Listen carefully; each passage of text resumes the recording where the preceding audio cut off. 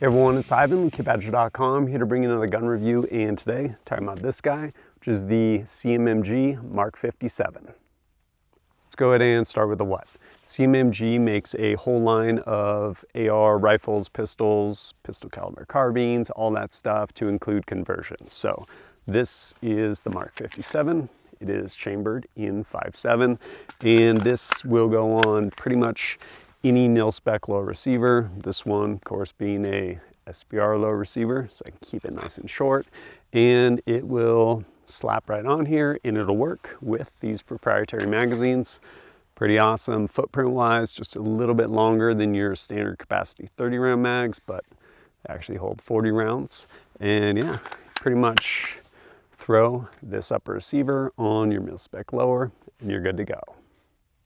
Go over a couple stats real quick. This right here is their 8-inch model. They also offer a 5-inch model as well as a 16-inch model. I opted for the 8 because kind of the sweet spot with respect to getting all you're gonna get out of the 5.7 cartridge as far as powder burn, everything like that. Obviously, if you were in a freedom restricted state and you can't have AR pistols or things along those lines, or you just don't want to SBR something, you can of course get the 16-inch, or if you want it even shorter, you get the 5-inch. At the heart of it though, it is a 416 stainless steel barrel. This one again being 8 inches, 1-in-9 twist, and the whole thing works on a radial delayed blowback system. So rather than a traditional gas impingement like on most ARs, radial delayed blowback. As far as use, I've definitely put some use on this thing. All in all, I'd probably put, I don't know, probably a good 1,000 rounds through this, and that has been divided up amongst a number of range sessions. Some just going out, kind of playing around with this, getting the feel for it, doing some drills, stuff along those lines.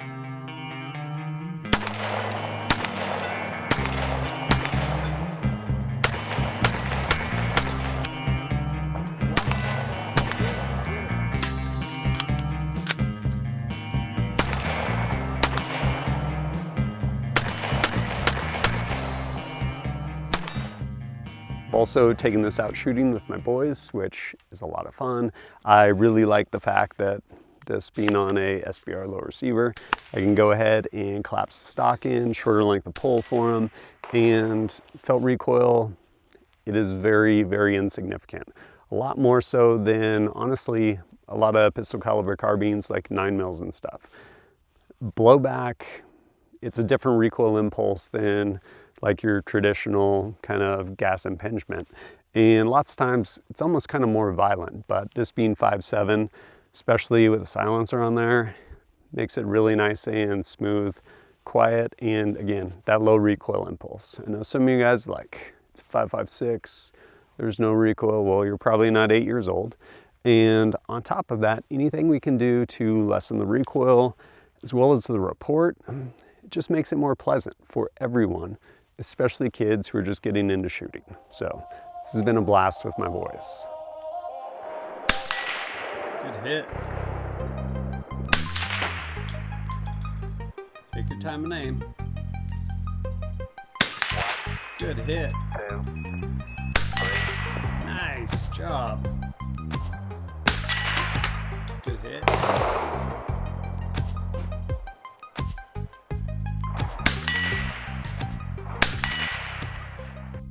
The majority of my time with this has actually been spent shooting this in a level 2 Carbine course with Ian from Runenation. Awesome course, tons of fun, learned a lot of good stuff, and definitely gave me an opportunity to shoot this kind of outside of me just going to the range and making up courses of fire. So got to learn some good skills and put a lot of rounds through this gun during that course.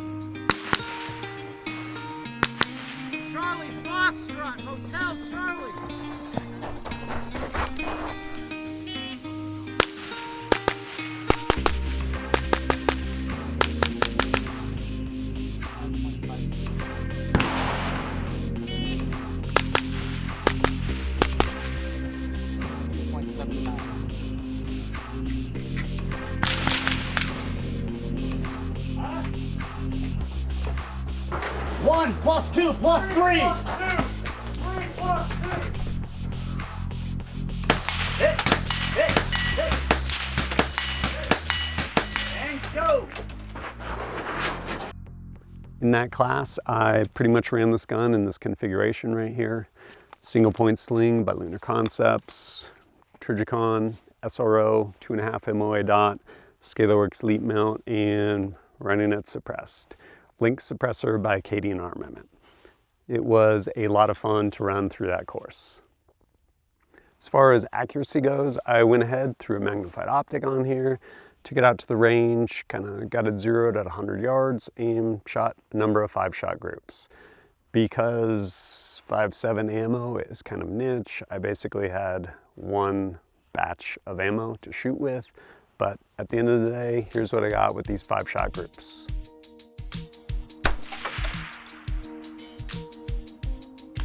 My first group came in at 2.67 MOA. Second group coming in at 1.75 MOA.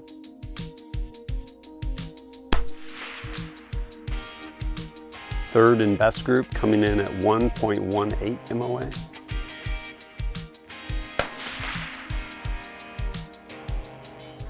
Fourth group coming in at 1.45 MOA.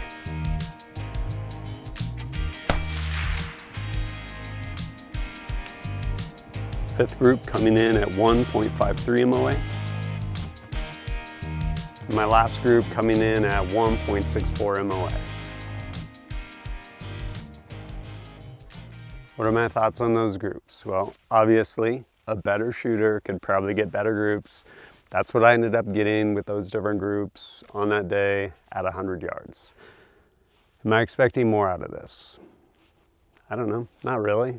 Why would I be shooting that at 100 yards?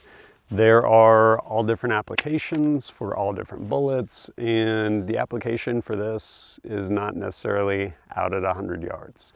This was originally designed for basically close quarters combat and punching through armor.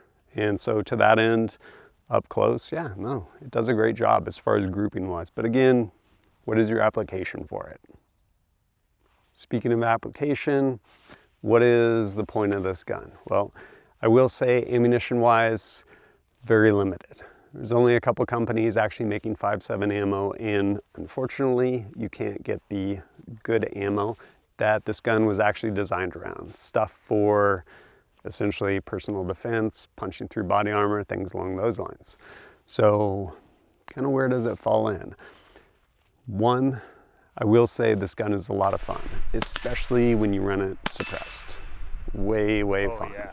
I've ran it with this. I've also shot it a bunch with the 22 Erector by Q. Wouldn't recommend that. That can is not especially rated for 5.7. I have done it, sounds great. Also sounds great through this. With that said, I think as a training aid, like again, going back to fun though, this gun is a lot of fun, and if you end up purchasing, whether it's the upper receiver or a complete gun for the sake of fun, I would encourage you to do so. People oftentimes forget that shooting can just be fun. It can be something you just enjoy. It doesn't have to be the gun, the caliber for the end of the world, blah, blah, blah, none of that stuff. Like, go have fun. And to that end, this is fun. The other thing I think it does a really good job with is basically presents you with a training aid. So when it comes to training, it's like, well, I want something really cheap. 5.7 is not incredibly cheap. It's actually probably kind of one of the more expensive rounds, but it does give you that training side of it. So we have magazines that are a little bit longer than our standard capacity 30 round magazines, and we have our lower receiver. Granted, you can get a complete gun, but as mentioned, this will go on any Mil-Spec lower receiver. So we can have basically a mock-up of our gun in a different caliber and be able to shoot and train with it, which I think is cool. Again, is it the most economic? Maybe not. I will say this gives you at least more felt recoil, if and when that's a good thing, with respect to a training aid versus like a 22 conversion or something like that. But yeah, basically just another way to skin that cat. Well, the gun comes with a muzzle brake that does a good job. It is threaded 1/2 by 28. Definitely enjoy shooting it suppressed more. In my time with this gun, have I experienced any malfunctions, issues? Yes, I think they are largely magazine related. In my experience, occasionally what would happen during that class, happened a couple times, is I would go to bolt lock, empty magazine, drop my magazine, grab a new one, slam it home, and in doing so, sometimes a round would come up and basically pop free from those feed lips. And occasionally it would just fly out, and there were a couple occasions where it actually induced a malfunction. Either way, I basically no longer had a full 40 rounds in these magazines. Again, I think it really comes down to not so much a gun issue or anything like that, but a magazine issue. Now, granted, these are integral to this gun system, but that's something I did have occur. Since then, I don't know if that's been fixed as far as just making the feed lips probably a little more rigid, something along those lines, but I did have that happen occasionally. If you're thinking of picking one up price-wise, 8-inch upper receiver with complete bolt carrier group, everything like that, and one 40-round magazine, about $775. You can also buy 3-pack of these mags for about $100, and depending, you can actually buy like a barrel with complete bolt carrier group for, I think, usually around like $400. Is it for everyone? Maybe not. Is it fun? Absolutely. Is there training value, especially for new shooters? I think there is. Again, not the cheapest, most economic round to train with, but at the same time, it, I think, kind of bridges the gap going from 22 long rifle to 5.56. It definitely is going to be quieter when suppressed versus 5.56, and it's also going to have a little more recoil impulse. It's kind of that happy medium in between those two. And as I mentioned, it's just a lot of fun. If you end up picking one up or have some experience with it, let me know how it's done for you. And as always, thanks for joining us at kitbadger.com. Look forward to seeing you next time.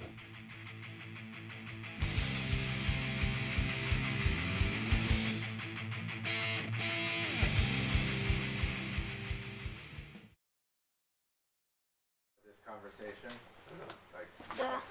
All right, we started melting our bag. Look at that. What? Oh, what happened? You let it rest on that. Sorry. It's okay. It happens.